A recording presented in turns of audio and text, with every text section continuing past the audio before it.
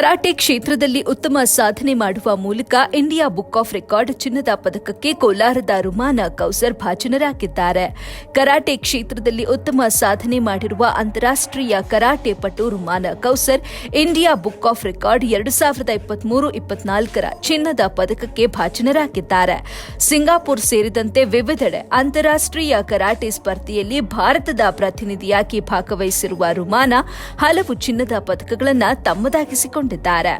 ಕೋಲಾರದ ಪ್ರಶಾಂತ ನಗರದ ವಾಸಿಯಾದ ರುಮಾನಾ ಕೌಸರ್ ಅವರ ಓದು ಲ್ಯಾಬ್ ಟೆಕ್ನಿಷಿಯನ್, ವೃತ್ತಿಯಲ್ಲಿ ಕರಾಟೆ ಶಿಕ್ಷಕಿ.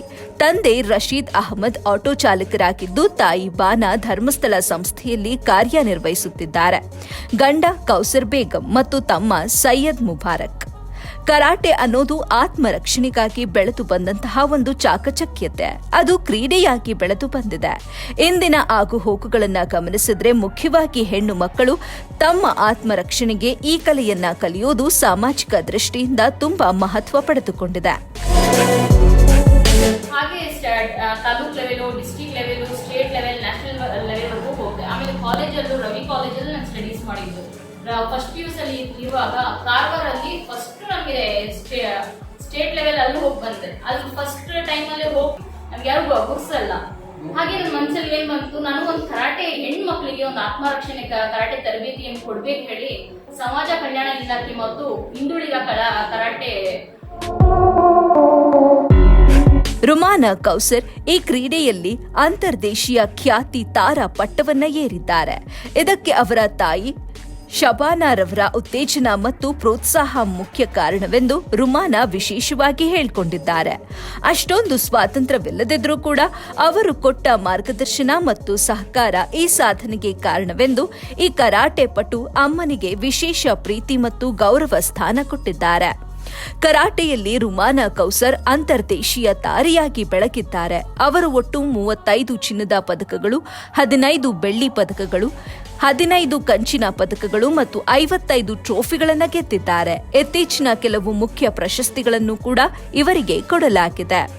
16ನೇ ಓಕಿನವಾ ಗುಯೋ ರಿಯಾ ಕರಾಟೆ ಓಪನ್ ಇಂಟರ್ನ್ಯಾಷನಲ್ ಚಾಂಪಿಯನ್ಶಿಪ್ ಮಲೇಷಿಯಾದಲ್ಲಿ ಮೇ 19ರಂದು ನಡೆದಂತ ಸ್ಪರ್ಧೆಯಲ್ಲಿ ಟೀಮ್ ಕೋಚ್ ಆಗಿ ಅದೇ ಸ್ಪರ್ಧೆಯಲ್ಲಿ ಭಾಗವಹಿಸಿ ಪ್ರಥಮ ಸ್ಥಾನ ಮತ್ತು ಬಂಗಾರದ ಪದಕ ಗಳಿಸಿದ್ದಾರೆ. ಇನ್ನು ಅದೇ ಚಾಂಪಿಯನ್ಶಿಪ್ನಲ್ಲಿ ಏಷ್ಯಾ ಜಡ್ಜ್ ಆಗಿ ನಿರ್ವಹಣೆ ಕೂಡ ಮಾಡಿದ್ದಾರೆ. ಪಂಜಾಬ್ನಲ್ಲಿ 2020ರ ಸ್ಟೇಟ್ ಲೆವೆಲ್ ಕರಾಟೆ ಚಾಂಪಿಯನ್ಶಿಪ್ನಲ್ಲಿ ಪ್ರಥಮ ಮತ್ತು ಚಿನ್ನದ ಪದಕ ಪಡೆದುಕೊಂಡಿದ್ದಾರೆ. ಇನ್ನು 2018ರಲ್ಲಿ ನಡೆದ ಶುಟುಕನ್ ಕರಾಟೆ ಸ್ಟೇಟ್ ಚಾಂಪಿಯನ್ಶಿಪ್ನಲ್ಲಿ ಪ್ರಥಮ ಸ್ಥಾನ ಮತ್ತು ಬಂಗಾರದ ಪದಕವನ್ನ ಸಂಪಾದಿಸಿದ್ದಾರೆ. ಅದೇ ವರ್ಷ ನಡೆದ ಆಲ್ ಇಂಡಿಯಾ ಹಕುಯಾ ಕರಾಟೆ ಚಾಂಪಿಯನ್ಶಿಪ್ನಲ್ಲಿ ಪ್ರಥಮ ಸ್ಥಾನ ಮತ್ತು ಚಿನ್ನದ ಪದಕವನ್ನ ತಮ್ಮದಾಗಿಸಿಕೊಂಡಿದ್ದಾರೆ. ನಮ್ಮ ಕುಟುಂಬದಲ್ಲೇ ಅಷ್ಟೇ, ನಮ್ಮ ಇಂಟ್ರೆಸ್ಟ್ ನೀನ್ ಯಾಕೆ ಕಳಿಸ್ತೀಯ ಮಲೇಷಿಯಾಗೆ, ನೀನು ಒಂದು ಹೆಣ್ಮಗು ಕಳಿಸ್ತಾ ಇದೆಯಾ, ಮದ್ವೆ ಮಾಡಿ ಎಲ್ಲೋ ಒಂದು ಅವ್ರಿಗೆ ಲೈಫ್ ಸೆಟ್ಲ್ ಮಾಡಿ ಹೇಳಿದ್ರು ನಮ್ಮ ತಾಯಿ. ನಮ್ಮ ತಾಯಿ ಆ ಒಂದು ಮಾತು ಹೇಳಿದ್ರು, ನನ್ನ ಮಗಳಲ್ಲಿ ಒಂದು ಟ್ಯಾಲೆಂಟ್ ಇದೆ, ಮುಂದೆ ತಗೊಂಡ್ ಬರ್ಬೇಕು ನಾನು.